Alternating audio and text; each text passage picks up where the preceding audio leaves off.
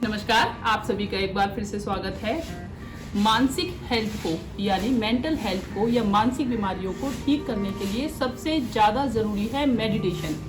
Meditation के भी आप सभी जानते हैं कि बहुत सारे ऐसे संस्थान या ऐसे सेंटर्स हैं जहाँ पे आप ये सोचने पे मजबूर हो जाते हैं कि कौन सा बेस्ट है या आपको कहाँ जाना चाहिए। देखिए, जैसे हम छोटे बच्चे के लिए यानी यदि हमें अपने बच्चों को एजुकेशन के लिए भेजना है तो हमारे माइंड में हमेशा ये फोकस रहता है कि कौन सा स्कूल बेटर है। वैसे ही ध्यान यानी मेडिटेशन भी एक हमारे मानसिक तनाव को कम करने के लिए और मानसिक रोगों को दूर करने के लिए ध्यान को सीखना, ये हम किसी एक संस्था में या हम कह सकते हैं मेडिटेशन स्कूल, यदि आप वो सर्च कर रहे हैं तो उसके लिए सबसे बेस्ट मुझे जो अब तक अपने एक्सपीरियंस से लगा वो है विपस्सना मेडिटेशन सेंटर, जो ऑल ओवर वर्ल्ड में इसके अपने आप में बहुत सारे सेंटर्स हैं। इसमें जाने के लिए आपको सिर्फ ऑनलाइन ही बुकिंग मिलेगी, इसमें आप डायरेक्टली नहीं जा सकते हैं। और सबसे बड़ी बात यह है कि ये कम्प्लीटली फ्री है। और मैं ऐसा मानती हूँ कि भगवान के द्वार पे जाने के लिए जहाँ आपको कुछ पे करना पड़े तो फिर वो दरवाज़ा ही कैसा। तो मैं वीडियो के लास्ट में आपको ये बताऊंगी कि मेडिटेशन करने से मुझे अपनी जो डेली लाइफ है उसमें क्या क्या फ़ायदे हुए, और उसी के साथ साथ अब इस वीडियो के बाद आप देखेंगे मेरी विपासना जर्नी कहाँ से एंट्री और कहाँ पर एंड हुआ, क्या क्या चीज़ें उसके अंदर हैं, क्या उनके रूल रेगुलेशंस हैं, सभी इस वीडियो में मैं कवर करूंगी। हाँ, एक बात आप समझ लीजिए, यदि आप एक दृढ़ निश्चय करके आप जाएं और आप ऐसा समझें कि हाँ मैं 10 दिन तक मौन रहकर यानी चुप रहकर आप ध्यान कर सकते हैं, तो ही अपना मन बनाएं। क्योंकि ये बात बिल्कुल ठीक है, जैसा कि आप सभी जानते हैं कि उनके रूल रेगुलेशंस थोड़े से सख्त हैं, पर हाँ फ़ायदा उन 10 दिनों में बहुत ज़्यादा होता है। तो चलिए चलते हैं अपनी उपासना जर्नी के लिए। फोटो अभी इस वीडियो के बाद मैं आपको दिखाऊंगी। वहाँ पर आपको सबसे पहले जाते ही इस टाइप की एक स्लिप दी जाएगी।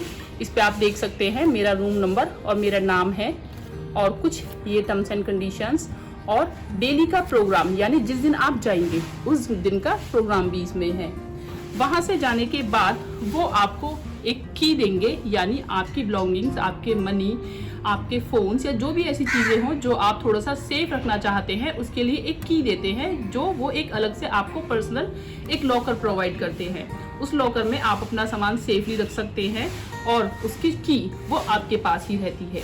उसके बाद आपको इस तरह की एक स्लिप और दी जाएगी। ये उनका नेक्स्ट स्टेप होता है 6:15 पर, जब आप नाश्ता कर लेंगे और वहाँ के उसके बाद 1 घंटे की कुछ उनके लेक्चर होते हैं जिसमें उनके सभी टर्म्स कंडीशन सभी वो एक्सप्लेन कर देते हैं और वहाँ से आपका मौन शुरू हो जाता है। उसके बाद आपको ये स्लिप दी जाती है जिसमें आपका मेडिटेशन रूम यानी धम्मा हॉल जो होता है उसकी सीट यहाँ पर दी हुई है कि आपकी कौन सी जगह रहेगी बैठने के लिए, और साथ में यहाँ पे रूम नंबर भी प्रोवाइड करते हैं ताकि कोई कंफ्यूजन ना हो। इसके बाद चलिए मेरे साथ साथ वीडियो के साथ साथ मैं आपकी सारी चीज़ें क्लियर करूँगी। यहाँ पर आप देखेंगे जो ये जगह है जहाँ पर ये पीछे कुछ उनके विपासना साधना का जो बोर्ड लगा हुआ है उसी के साथ नीचे चेयर पड़ी है। यहाँ पर ये आपको ब्लू स्लिप देंगे और आपने कोई भी ताबीज या कोई भी स्टोन वगैरह या कोई भी बुक्स या कोई मेडिसिन जो भी आप ले रहे हैं वो सभी वो आपसे निकलवा देते हैं, और सिर्फ दवाइयाँ वही देते हैं जो आपके लिए बहुत ही अनिवार्य है, वो भी आचार्य जी की अनुमति हो, परमिशन हो तभी। इसके बाद यदि आप आगे चलेंगे थोड़ा सा तो यहाँ पर आपको मैं दिखा रही हूँ डाइनिंग हॉल जिसमें टाइम है खाने का। और चलिए मेरे साथ, ये देखिए जो ये ड्रॉर्स बनी हुई है, यहाँ पर आपके रूम के अकॉर्डिंग बर्तन रखने की जगह होती है।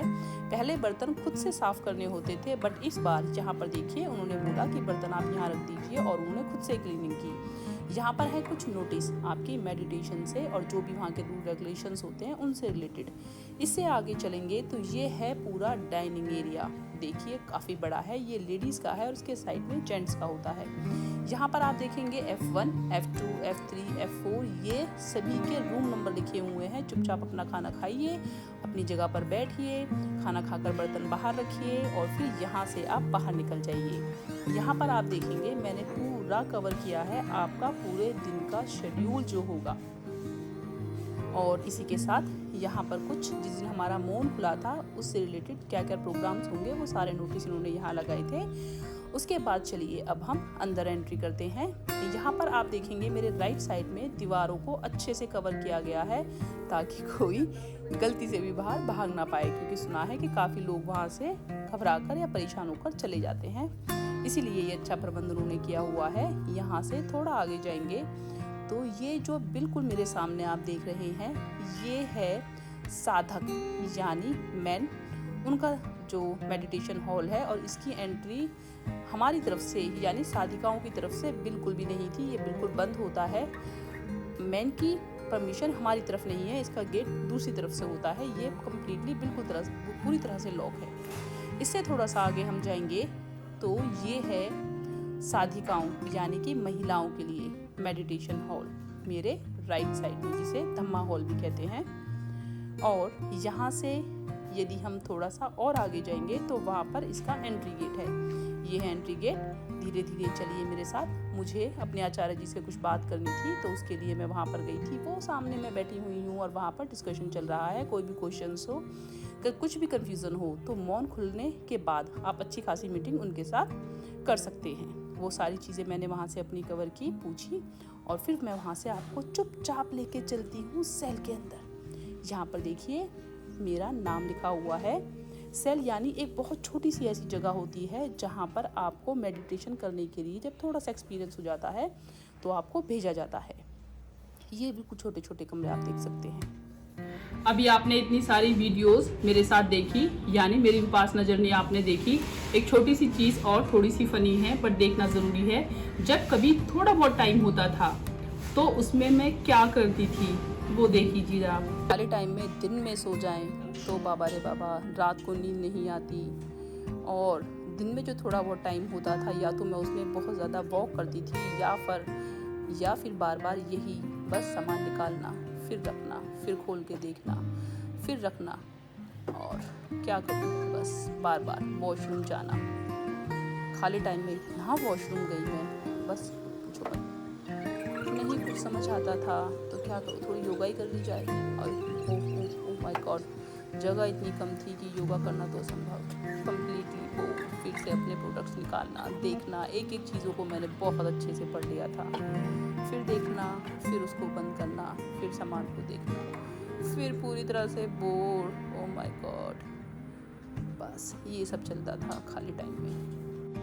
अब मैं आपको बताना चाहूँगी कि 10 दिन की साधना के बाद यानी मेडिटेशन के बाद मुझे क्या क्या बेनिफिट्स होते हैं। सबसे पहली बात, हमारी जो डेली रूटीन है यानी हमारी दिनचर्या है उसमें बहुत फ़र्क आता है। आपका एनर्जी लेवल बहुत बढ़ता है।